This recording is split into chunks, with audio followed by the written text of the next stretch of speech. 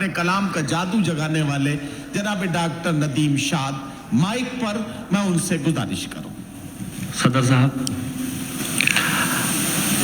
بہت ریحان بھائی، شازیہ میم، اور یہ مشاعرہ اصل میں اتنی بار لٹ گیا، شاید اتنی بار تو دلی بھی نہیں لوٹا ہوگا.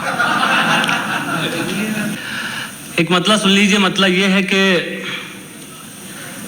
مشکل تھا پر جادو کرنا سیکھ گئے. کیا کہنے، واہ. مشکل تھا پر جادو کرنا سیکھ گئے، اب ہم خود پر قابو کرنا سیکھ گئے. واہ واہ واہ واہ واہ واہ.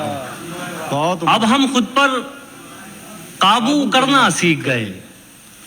آپ کو تو تہذیب ملی تھی ورثے میں، آپ کو تو تہذیب ملی تھی ورثے میں، تہذیب ملی تھی ورثے میں، آپ کہاں سے تو کرنا سیکھ گئے.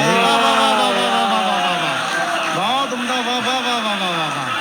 بہت عمدہ بھائی. واہ واہ. آپ کو تو تہذیب ملی تھی ورثے میں.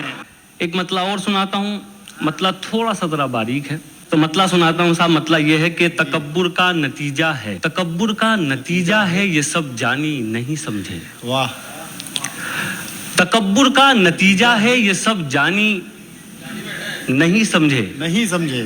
تمہارے گھر میں کیوں پھیلی ہے ویرانی ہائے ہائے. واہ واہ واہ. نہیں سمجھے. تکبر کا نتیجہ ہے یہ سب جانی نہیں سمجھے. تمہارے گھر میں کیوں پھیلی ہے ویرانی نہیں سمجھے. اب یہ شعر سناتا ہوں، لکھنؤ والوں شعر سناؤ. نہیں سمجھے اسے کہنا پڑا ہم سے، اسے کہنا پڑا ہم سے، سو ہم پہ اس لیے لعنت.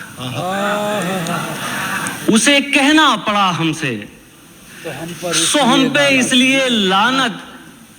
ہم اس کو دیکھ کر اس کی پریشانی نہیں.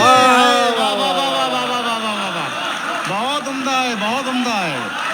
زندہ باد، زندہ باد. واہ واہ واہ واہ واہ. ایک مطلب اور سن لیجئے، یہ بھی مطلب حاضر کرتا ہوں. مطلب یہ ہے کہ یہ وقت کیوں تیری تصویر پر گنواتے ہیں. واہ واہ واہ. یہ وقت کیوں تیری تصویر پر